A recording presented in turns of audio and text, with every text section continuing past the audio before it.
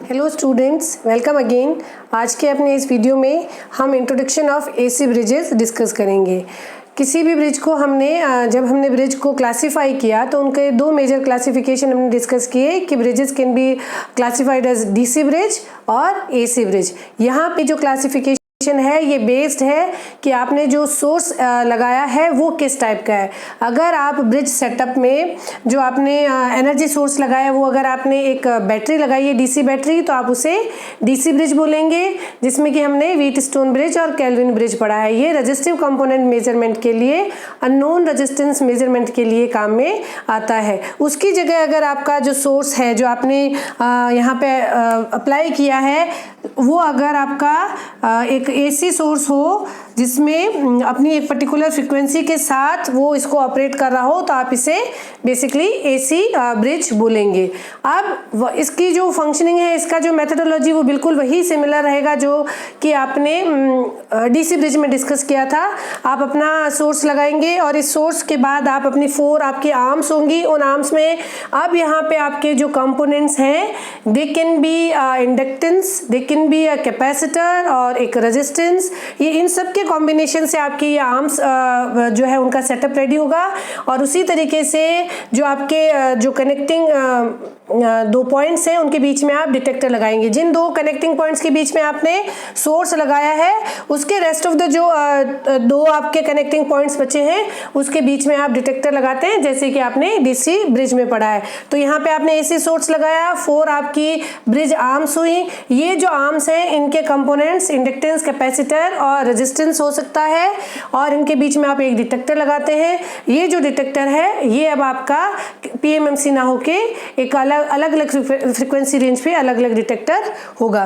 तो अगर हम डिफाइन करें या एक मेजर डेफिनेशन दें एसी ब्रिज को, तो AC bridge is a circuit setup for parameter measurement of inductive coil और कैपेसिटर। ये इसकी एक ब्रॉड और एक इसकी मेजर जो आप उसको डिफाइन करेंगे कि किसी भी इंडक्टिव कॉइल के पैरामीटर्स और किसी भी अननोन कैपेसिटर के पैरामीटर्स मेजर करने के लिए आप एक सेटअप बनाएंगे और उस सेटअप को आप एसी ब्रिज का डेफिनेशन देंगे। ठीक है, यहाँ पे एक रेजिस्टेंस, जब आप एक रेजिस्टिव कंपोनेंट लगाते हैं तो अननोन क्वांटिटी केवल आपका रेजिस्टेंस रहता है कि इसका रेजिस्टेंस 100 ओम आया, 500 ओम आया, 30 ओम आया। यहाँ पे आपका अननोन पैरामीटर केवल एक रेजिस्टेंस था। इंडक्टिव कॉइल के पैरामीटर, हमने यहाँ पे पैरामीटर इसलिए लिखा है क्योंकि इंडक्टिव कॉइल का inductance L as well as उसका जो Q फैक्टर है ये भी एक बहुत इंपॉर्टेंट पैरामीटर है जो किसी भी कॉइल की एप्लीकेशन को डिसाइड करता है।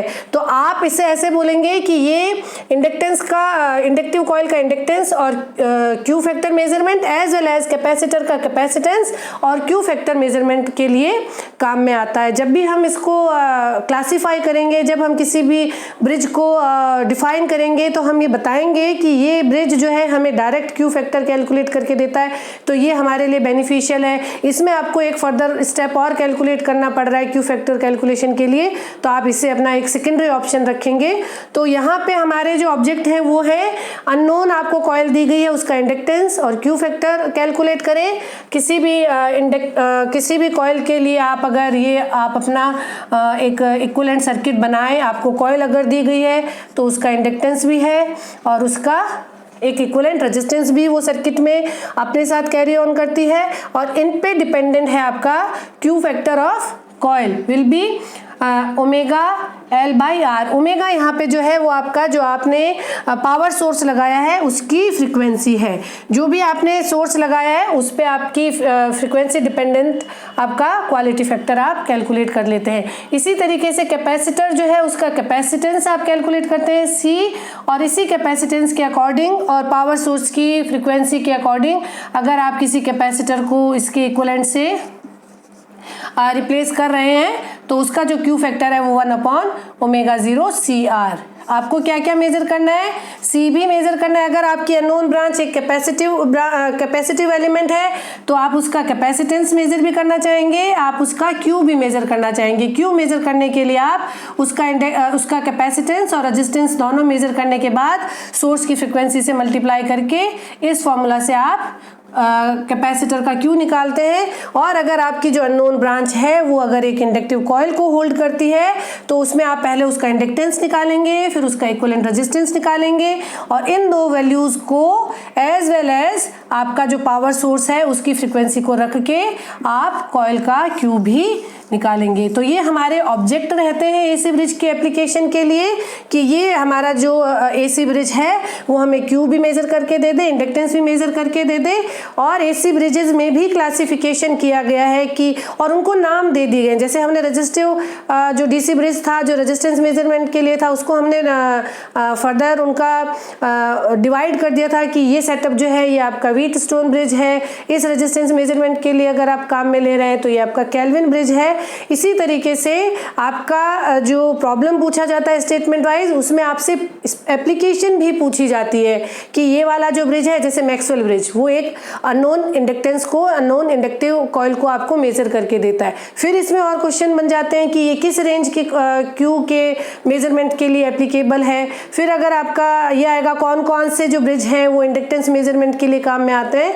तो यहाँ पे आपको एसी ब्रिज जब हम पढ़ रहे हैं तो हमें जो सर्किट सेटअप है उसको क्या नाम दिया गया है एज वेल एज ये जो सर्किट सेटअप है ये बेसिकली क्या मेजरमेंट के लिए काम में आता है। इसमें अननोन ब्रांच जो है वो कैपेसिटर को मेजर करके दे रही है या इसमें जो अननोन ब्रांच पे आप एक इंडक्टर लगाए हुए हैं ये भी आपको याद रखना है। तो एसी ब्रिज में आपके ऊपर थोड़ा सा और केयरफुली आपको स्टडी करना पड़ जाता है कि बैलेंस इक्वेशन तो बनानी ही है एज वेल एज सर्किट का सेटअप, उसका नाम और उसकी एप्लीकेशन भी आपको थोड़ी सी याद करनी होगी। और वो आपको याद हो जाएगी अगर आप एक एक ब्रिज को इंडिविजुअली बना के और उसके नाम के साथ उसके जो की फैक्टर्स हैं जो 2 या 3 पावर पॉइंट आपके की पॉइंट्स बनते हैं उनको आप हाईलाइटेड बोल्ड अक्षर में लिख लें तो वो आपको रिवाइज करके और एग्जाम में आपके कंफ्यूजन को दूर करने में आपकी मदद करेंगे। तो ये हमारा एसी ब्रिज का सिंपल एप्लीकेशन हुआ। यहाँ पे सिंपल सा मॉडिफिकेशन हुआ कि आपकी जो ब्रांच थी वो अब R से ना होके आप जनरलाइज्ड इम्पीडेंस लिखेंगे। फर्स्ट ये आपका एसी सोर्स है, इसके जो ब्रांच के एलिमेंट्स हैं ये है Z1 θ1, यहाँ पे इसका मैग्नीट्यूड और ये इसका एंगल है। ठीक है, Z1 में भी R1 plus j omega L1 तो इसका एक मैग्नीट्यूड निकलता है और आप इसको Z1 और θ1 में भी लिखते हैं ना, tan θ1 will be omega L1 upon R1। इस तरह से हम करते हैं ना फेजर को एंगल में कन्वर्ट करना या आपका जो इस तरह से इम्पीडेंस दिया हुआ है उसको फेजर क्वांटिटी में कन्वर्ट करना, रियल और इमेजिनरी पार्ट्स में सब डिवाइड करना, ये सब आप अपने जो नेटवर्क थ्योरी है उसमें आप पढ़ चुके हैं।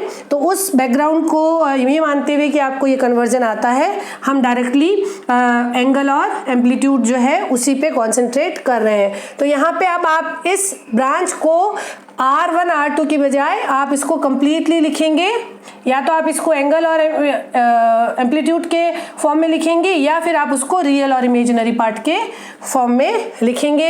ये Z1 Z2 Z3 Z4 simple वही आपका कॉन्सेप्ट रहेगा कि इस डिटेक्टर में आपको 0 मिलेगा जब आपकी ये जो कनेक्टिंग आर्म्स है इनका रेशियो सेम हो। कैसे?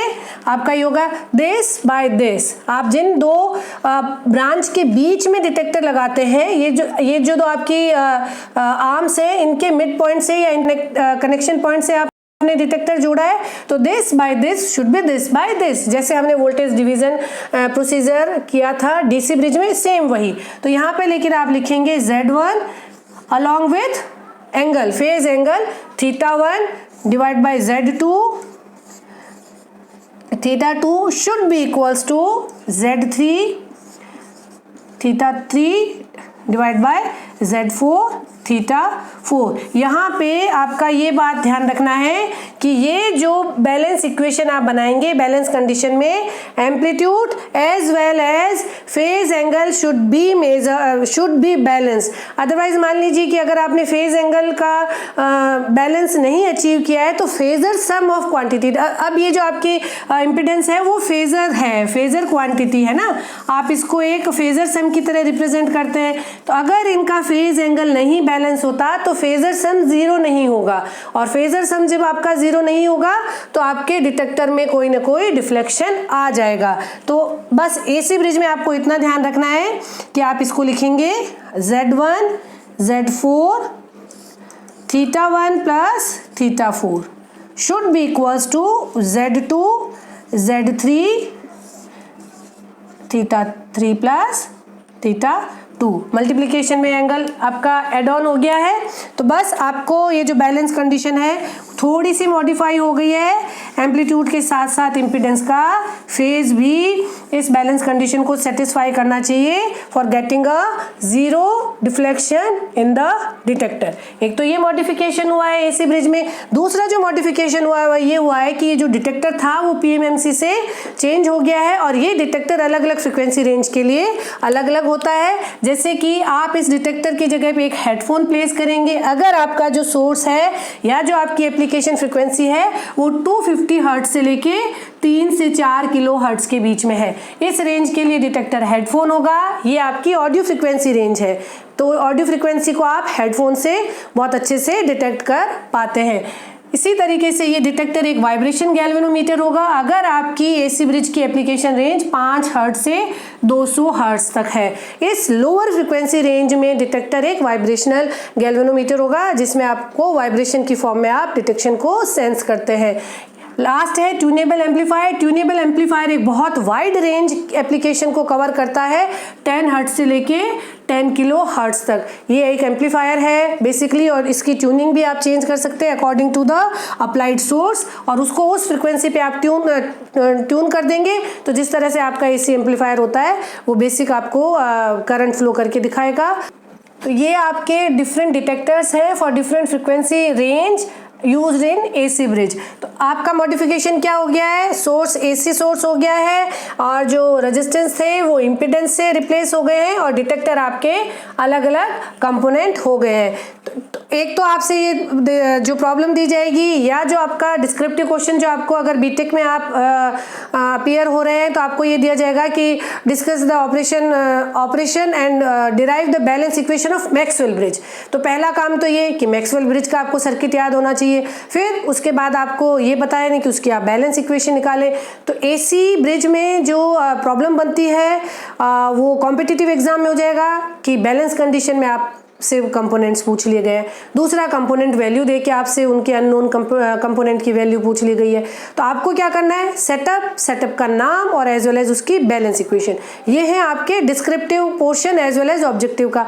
एक इस तरीके का क्वेश्चन और आता है जो डायरेक्ट आएगा कि आपको बेसिक एक एसी ब्रिज दे दिया गया और आपको कुछ कंपोनेंट्स देके इसमें पूछा गया है कि ये कंपोनेंट क्या होगा, तो इसको भी हम डायरेक्टली मेजर कर सकते हैं। फॉर एग्जाम्पल आपको एक ये रेजिस्टेंस और ये इस तरह से एक कॉइल बना के दी और आपसे ये पूछा गया कि आप ये बताइए कि ये जो आपका कंपोनेंट है Z, ये क्या है। ऑब्जेक्टिव हम डिस्कस कर रहे हैं, ऑब्जेक्टिव में स्टेटमेंट वाइज प्रॉब्लम ना, आपको ये दे दिया गया ये R1 और ये R2, ये L है, L3 मान लेते हैं। तो ये जो Z है ये Z क्या होगा, ऑप्शन होंगे एक इंडक्टेंस जो है उसके पैरेलल में एक R, एक कैपेसिटेंस, इस तरह के आपके पास ऑप्शंस होंगे। तो हम इसको, आपको कुछ नहीं करना है, आपको ये ध्यान रखना है कि जब भी आप एसी ब्रिज को बैलेंस करेंगे तो फेज जो है वो फेज भी आपका बैलेंस होना चाहिए, ठीक है ना। Phasor sum should be also balance. अगर हम इसको बैलेंस कंडीशन अचीव करना चाहेंगे तो हमारा क्या आना चाहिए, R1 by R2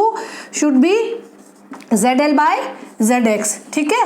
तो R1 और R2 कोई अपने साथ फेज नहीं लेके आएंगे, तो इस Z का कुछ 90 के आसपास, अगर प्योरली इंडक्टिव है तो 90 लेके आएगा। यहाँ पे ये होने के लिए आपका ZX भी 90 डिग्री का एंगल लेके आना चाहिए। तो आपका ZX जो है वो भी एक कॉइल होगा, ठीक है। तो यहाँ पे आपको कोई बैलेंस कंडीशन नहीं अचीव करनी है, कुछ नहीं करना है, केवल आपको ये कंपोनेंट के ऑप्शंस दिए होंगे कि ZX है, एक L और R है, एक C और R है। अगर यहाँ पे C, अगर आप इसको कैपेसिटर लगाते हैं तो कैपेसिटर जो है वो क्या एंगल लेके आता है सर्किट में, -90 डिग्री ना। तो अगर यहाँ पे 90 डिग्री है और आप इसको बैलेंस करना चाहते हैं, R1 R2 का कोई अपना फेजर कंट्रीब्यूशन नहीं है, तो ZX में भी 90 का ही एंगल आना चाहिए, ताकि इसको ऐसे लिखेंगे ना, ZX R1 should be ZL R2, R1 और R2 का कोई फेज नहीं था, यहाँ पे आपने इसको लिखा, मान लीजिए ये आपका आ गया Z 90 डिग्री, अगर प्योरली इंडक्टिव था तो 90 डिग्री, अदरवाइज ये 60 30 कुछ भी, है ना, इस तरह से अगर ये एंगल लेके आया तो आपका ये जो Z है इसमें भी इतना ही एंगल कुछ आना चाहिए, और ये वेरी कर सकता है R2 और R1 के रेशियो पे, but it should be positive. ZX का जो सर्किट में एंगल इंक्लूजन है वो पॉजिटिव होना चाहिए। वो पॉजिटिव कब होगा? जब ये भी एक कॉइल हो। अगर आपको इस कंपोनेंट में ऐसे पूछ दिया जाए, ऐसा कॉम्बिनेशन बनाऊं मैं जिसमें यहाँ पे भी एक नॉन कैपेसिटर लगा, सॉरी नॉन रेजिस्टेंस लगा है, जिसको हमने R3 मान लिया, और ये आपसे पूछा है कि बताइए ये इस ब्रांच में क्या कंपोनेंट हो सकते हैं फॉर अ बैलेंस ब्रिज। ठीक, तो आपने क्या करना है, वही कॉन्सेप्ट। अभी हम केवल टाइप ऑफ अगर ब्रांच निकालना है तो हम मेजर जो हमारा फर्स्ट स्टेप है कि हम उसके एंगल्स को फाइंड आउट कर ले। तो ये आपका Z है जो आपको नहीं पता है, आप वही लिखिए, R1 upon ZX should B ZL, ये तो इंडक्टेंस है आपको पता ही है, बाय R3, है ना। तो ZX को निकालने के लिए ZX का एंगल क्या होना चाहिए? ZX should be RX R3 by ZL, है ना। तो ये ZL जब सर्किट में आता है कुछ 90 डिग्री या 90, लेकिन पॉजिटिव एंगल लेके आता है, तो ZX का एंगल क्या होना चाहिए बैलेंस होने पे? ZX का एंगल होना चाहिए -90 डिग्री या कुछ माइनस के साथ। इसका मतलब ये ZX माइनस एंगल कब लेके आएगा? जब ZX पे इस पे आपने एक कैपेसिटिव एलिमेंट लगा रखा है। ये कैपेसिटर सीरीज में भी हो सकता है, ये कैपेसिटर एक रेजिस्टेंस के उसमें भी हो सकता है। ये फर्दर फिर आपको और डिटेल में इसको फाइंड आउट करने के उसमें आ जाता है, जब आपको ये कंपोनेंट वैल्यूज डिटेल में दी हुई हो।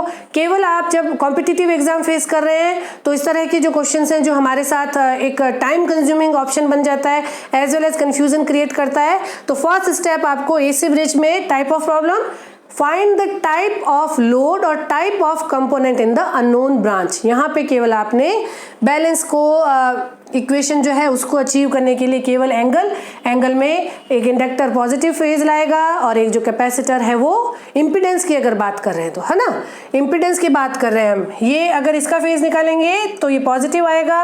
कैपेसिटर का अगर आप फेज निकालेंगे तो ये जो आपने लिखा ना, कैपेसिटर का इम्पीडेंस क्या होता है? RX plus 1 upon j⍵CX। इसका फेज एंगल निकालेंगे तो नेगेटिव में आएगा, इंडक्टेंस का निकालेंगे तो आपको पॉजिटिव में मिलेगा। तो सिंपल सी बात, अगर बैलेंस कंडीशन में आपको पॉजिटिव एंगल चाहिए तो आप उस ब्रांच में इंडक्टर लगाइए, नेगेटिव चाहिए तो कैपेसिटर लगाइए, और अननोन ब्रांच का केवल टाइप पता करके आप बता सकते हैं। यहाँ पे मल्टीपल तरह के कॉम्बिनेशन को ट्राई करने के बाद एक ट्रिक डेवलप हो जाती है, वो ये कहती है कि कनेक्टिंग आर्म्स जो होंगी ना, अगर आप एसी ब्रिज को अगर आप बैलेंस कर रहे हैं तो आपस में कनेक्टिंग आर्म्स जो है वो हमेशा सेम टाइप के इम्पीडेंस को होल्ड करती है। मतलब अगर यहाँ पे एक इंडक्टर है तो यहाँ पे भी एक इंडक्टर होगा, यहाँ पे अगर इंडक्टर है ये पूछा है तो ये भी इंडक्टर होगा, इधर रेजिस्टेंस दे, इधर इंडक्टर दे के इधर पूछा है, जो भी कनेक्टिंग आर्म्स हैं वो जनरली सेम होती है, और ऑपोजिट आर्म्स जो होती हैं वो आपकी ऑपोजिट होती है। ब्रिज को बैलेंस फाइंड आउट करने के लिए या बैलेंस में कंपोनेंट का टाइप पता करने के लिए एक और शॉर्ट ट्रिक है। व्हाट डज इट से? जो आपकी कनेक्टिंग आर्म्स हैं, अभी हमने देखा ना कि यहाँ पे अगर लगा हुआ था तो ये भी इंडक्टेंस आया, लेकिन अगर आपने यहाँ पे अननोन को निकाला तो इसको बैलेंस करने के लिए यहाँ पे आपको एक कैपेसिटर चाहिए होता है। तो शॉर्ट ट्रिक क्या डेवलप हुई? जो आपकी कनेक्टिंग आर्म्स हैं, आर्म्स जो होती है वो सेम टाइप के इम्पीडेंस से आप उसको उसका सेटअप करते हैं, ठीक है। और अगर आपके ऑपोजिट आर्म्स हैं, अपोजिट आर्म्स जो होंगी ना, ऑपोजिट आर्म्स आपकी ऑपोजिट टाइप के इम्पीडेंस से होगी, ठीक है ना। तो ये आपके लिए थोड़ा सा एक शॉर्ट ट्रिक और एक की पॉइंट डेवलप हो गया है, जिसमें हम एसी ब्रिज में बैलेंस में टाइप निकालेंगे अननोन ब्रांच का, केवल टाइप। ठीक है, तो एसी ब्रिज पे बनने वाले प्रॉब्लम कि find the type of unknown branch, इसमें क्या कंपोनेंट लगा है। ठीक, उसके बाद में इस ब्रिज का नाम क्या है, फिर इस ब्रिज की एप्लीकेशन क्या है, फिर उस ब्रिज का बैलेंस इक्वेशन क्या है। तो यहाँ पे आज आपका जो है वो एसी ब्रिज का इंट्रोडक्शन पार्ट खत्म होता है, जिसमें हम जनरलाइज्ड एसी ब्रिज का सेटअप और उसके डिफरेंट कंपोनेंट्स को डिस्कस कर चुके हैं। हमारे नेक्स्ट अपकमिंग वीडियो में हम मैक्सवेल ब्रिज से अपना स्टडी एक स्पेसिफिक ब्रिज को लेके, जो भी इंपॉर्टेंट ब्रिजेस हैं जो बार बार फ्रिक्वेंटली आपसे पॉपुलरली पूछे जाते हैं, उन ब्रिजेस को हम एक एक करके कवर करते रहेंगे। तो नेक्स्ट अपने वीडियो में हम मैक्सवेल ब्रिज को डिस्कस करेंगे, उसका सेटअप, उसका सर्किट सेटअप, उसकी बैलेंस इक्वेशन और उसके salient features. So please keep learning, keep watching and thank you so much.